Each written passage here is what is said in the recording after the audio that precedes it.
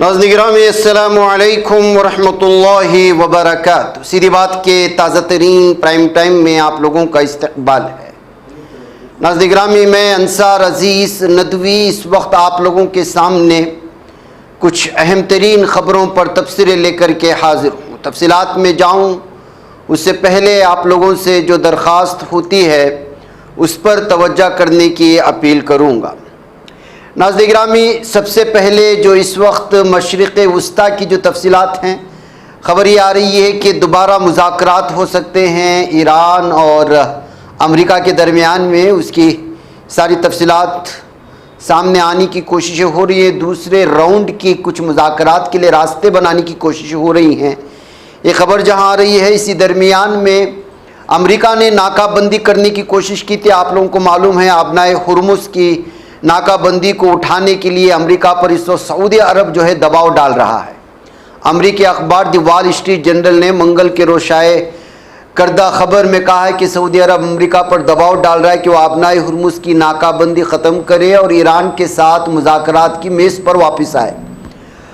جوابی کارروائی کا خوف بھی ہے، باب المندب خطرے میں ہے، کیونکہ ریاض انتظامیہ کو اس بات کا شدید خدشہ ہے کہ امریکی اقدام کے نتیجے میں ایران آبنائے ہرمز سے آگے نکل کر جوابی کارروائی بھی کر سکتا ہے۔ خاص طور پر باب المندب کے نشانے پر آنے کا ڈر ہے۔ یہ راستہ بحر احمر میں سعودی پیٹرولیم کی برآمدات کے لیے انتہائی اہمیت کا حامل ہے۔ اگر ایک طرف باب المندب بھی بند ہو جائے اور پھر جو ہے آبنائے ہرمز بھی، تو ظاہر سی بات ہے کہ بہت زیادہ اس کا امپیکٹ عالمی سطح پر ان ممالک پر پڑے گا جن کو جو ہے سعودی عرب سے بالخصوص گیس اور تیل وغیرہ جاتے ہیں۔ ناظرین گرامی، آبنائے ہرمز کی ناکہ بندی کو لے کر کے جہاں بہت سارے سوالات ہیں، اس میں جو ہے امریکی پابندیوں کے باوجود چینی ٹینکر آبنائے ہرمز سے جو ہے گزر گیا ہے۔ ظاہر سی بات ہے کہ اگر اس ٹینکر کو کسی بھی طرح سے نقصان پہنچانے کی امریکہ کوشش کرتا تو اس کا جواب کس قدر خطرناک چائنا کے ذریعے سے ہوتا، وہ خود امریکہ بھی جانتا ہے۔ ایک چینی ملکیت والا ٹینکر جس پر امریکی پابندیاں نافذ ہیں، اس نے آبنائے ہرمز عبور کر لی، اور یہ موجودہ محاصرے کے نافذ ہونے کے بعد اس اسٹریٹجک آبی راستے کا پہلا معلوم شدہ پہلا عبور ہے، جس کو لے کر کے جو ہے اس وقت پوری طرح سے جو ہے الگ الگ طرح کی تبصرے جاری ہیں۔ تو وہیں پر ناظرین گرامی، اسپین کو جس طرح سے امریکہ کو اسپین نے انکار کر دیا ہر طرح کی جو ہے ایران کے ساتھ ہونے والے جنگ میں مدد فراہم کرنے کی، ایسے میں جو ہے اب چین کی اور اسپین کی قربتیں بڑھ رہی ہیں۔ چین اور اسپین نے عالمی نظام کو منتشر ہوتا نظام قرار دیا، اور صدر شی جن پنگ اور وزیر اعظم پیدرو سانچیز کے درمیان بیجنگ میں ہونے والی ملاقات میں اس روح بزوال عالمی نظام کے مقابل باہمی تعلقات کو گہرا کرنے اور عالمی امن و ترقی کے تحفظ کا عہد کیا ہے۔ آپ کو معلوم ہونا چاہیے کہ اسپین نے چونکہ امریکہ کا ساتھ نہیں دیا تو اس پر مختلف قسم کی اقتصادی امپورٹ ایکسپورٹ کی جو ہے اس وقت پابندیاں عائد کر چکا ہے، امریکہ اور مزید عائد کرنے کی دھمکیاں دے رہا ہے۔ تو ایسے میں شی جن پنگ نے پوری طرح سے اس وقت جو ہے اسپین کو سپورٹ کیا ہے اور کہا ہے کہ اسپین جو ہے وہ حق کے راستے پر، صحیح راستے پر ہے۔ یہ کچھ ملکوں کی دہشت گردی کی وجہ سے یہ سب کچھ ہو رہا ہے۔ ادھر ناظرین گرامی، ایران کو اس جنگی حملوں نے وہاں کی معیشت کو ہلا کر کے رکھ دیا ہے اور کتنے بڑے پیمانے پر تباہی مچی آپ سب جانتے ہیں۔ 270 ارب ڈالر کا نقصان ہوا ہے، آفیشیلی رپورٹ اس وقت سامنے آ رہی ہے، اور مجموعی جنگی نقصانات کا تخمینہ تقریباً 270 ارب ڈالر تک پہنچ گیا۔ ہندوستانی کرنسی میں تقریباً 2,50,000 کروڑ روپے ہوتے ہیں، جسے حالیہ برسوں میں ہونے والے مالی نقصانات میں بہت بڑے مالی نقصانات میں شمار کیا جا رہا ہے۔ کل ہی جو ہے ایران نے وہاں جو جاں بحق ہوئے اس جنگ میں اور جتنے زخمی ہوئے، اس میں کتنے خواتین ہیں، اس کی ساری تفصیلات فراہم کی تھی، تو آج جو ہے اس کے مالی نقصانات کی تفصیلات سامنے لایا ہے، اور ساتھ ہی عرب ملکوں سے جو ہے مطالبہ کیا ہے کہ جن ممالک کے ذریعے سے ان کے ملک پر حملہ ہوا ہے وہ عرب ممالک ان کو جو ہے اس کا بھگتان بھریں۔ 5 عرب ممالک سے انہوں نے مطالبہ بھی کیا ہے۔ جہاں ناظرین گرامی، سلامتی کونسل کے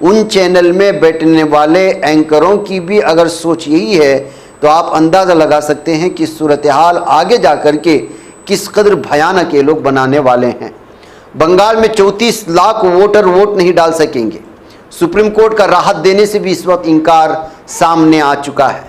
سپریم کورٹ نے ایسے ووٹروں کو عارضی ووٹنگ کی اجازت دینے سے بھی انکار کر دیا جن کے نام اسپیشل انٹینسیو ریویژن SIR کے عمل کے دوران ہٹائے گئے تھے۔ عدالت نے کہا کہ ایسا کرنے سے پورے انتخابی عمل پر اثر پڑ سکتا ہے۔ سپریم کورٹ نے مغربی بنگال میں ووٹر لسٹ سے ناموں کو حذف کرنے کے سلسلے میں ایک اہم فیصلہ جاری کیا ہے، جس کے بعد سے کس طرح سے اس وقت ووٹروں کو حذف کرنے کے سلسلے میں پہلے سے جو الزامات الیکشن کمیشن پر لگائے جا رہے ہیں اور مرکزی حکومت کے اشاروں پر کام کرنے کے جو الزامات ان پر لگائے جا رہے ہیں، اس طرح کی صورتحال پیدا ہونے کے بعد مزید اس پر تبصرے کیے جا رہے ہیں اور تنقید کی جا رہی ہے۔ لوگ اپنے اپنے حساب سے اس سلسلے میں کس قدر سچویشن بھارت کے الگ الگ اعتبار سے بھیانک کرتے ہوئے عوام کی ان کے حقوق کو چھین لینے کی جو کوششیں یا سازشیں ہو رہی ہیں اس پر تشویش کا اظہار کیا جا رہا ہے۔ ادھر ناظرین گرامی 5 ریاستوں میں اسمبلی انتخابات سے پہلے RSS AI ویڈیوز اور جعلی خطوط کو لے کر پریشان ہو گیا ہے۔ AI کا استعمال کرتے ہوئے بنائی گئی جعلی ویڈیوز اکثر سوشل میڈیا پر گردش کرتی رہتی ہے۔ مزید برآں RSS کے لیٹر ہیڈ کا استعمال کرتے ہوئے سوشل میڈیا پر اکثر بیانات کا پرچار کیا جاتا ہے۔ RSS کے عہدیداروں نے اس پر تشویش کا اظہار کیا اور لوگوں سے اپیل کی کہ بغیر کسی تصدیق اور کراس چیکنگ کی کسی بھی بات پر یقین نہ کریں۔ بھاگوت کا ویڈیو بھی وائرل ہوا۔ فروری میں RSS سربراہ موہن بھاگوت کا ایک ویڈیو وائرل، اس میں وہ فوج کو بھگوا بنانے کا مطالبہ کرتے نظر آئے۔ انہیں کہتے ہوئے بھی دیکھا گیا کہ وزیر اعظم نریندر مودی کو اچھوتوں سے چھٹکارا حاصل کرنا چاہیے۔ اس ویڈیو کو سوشل میڈیا پر خوب شیئر کیا گیا، تاہم جب تفتیش کی گئی تو پتہ چلا کہ ویڈیو جعلی تھی اور AI کا استعمال کرتے ہوئے بنائی گئی تھی۔ AI کی مدد سے کسی شخص کے تاثرات، ہونٹوں کی حرکت اور دیگر تفصیلات کو آسانی سے تبدیل کیا جا سکتا ہے۔ RSS کے ایک اہلکار نے بتایا کہ احتجاج کے لیے ایک مکمل پلے بک تیار کی گئی ہے۔ کئی دیگر عہدیداروں نے کہا کہ AI کے دور میں اس طرح کی غلط معلومات کا پھیلاؤ عام ہو چکا ہے اور عوام کو چوکنا رہنا چاہیے اور جو کچھ بھی نظر آتا ہے اس پر آنکھیں بند کر کے یقین نہیں کرنا چاہیے۔ یعنی اپنے پر آ گیا تو لوگوں کو اپیل کرنے لگے، دوسروں کی فیک ویڈیوز تو ان کے IT سیکٹر اور IT سیکٹر والے تو اتنا وائرل کرتے ہیں کہ اس کو سچ بنا کر کے چھوڑتے ہیں، بلکہ ان کی سوچ رکھنے والے چینل تو اس پر باقاعدہ کئی گھنٹے کی ڈیبیٹ بھی کرتے ہیں، اور جب پتہ چلتا ہے کہ ویڈیو فیک ہے تو اس پر ایک معمولی سا تبصرہ بھی کرنا ضروری نہیں سمجھتے۔ ناظرین گرامی، ہندوستان میں لوک سبھا حلقوں کی نئی حد بندی سے متعلق ایک اہم اور حیران کن تجویز بھی تیار کر لی گئی ہے، جس پر بہت زیادہ اختلافات ہو سکتے ہیں، جس کے تحت پارلیمنٹ کی نشستوں کی تعداد میں بڑی سطح پر اضافہ کیا جائے گا۔ مجوزہ منصوبے کے مطابق موجودہ لوک سبھا نشستوں کی تعداد کو بڑھا کر تقریباً 850 تک لے جانے کا امکان ہے۔ اس میں 815 نشستیں ریاستوں کے لیے جبکہ 35 نشستیں مرکز کے زیر انتظام علاقوں کے لیے مختص کرنے کی تجویز شامل ہے۔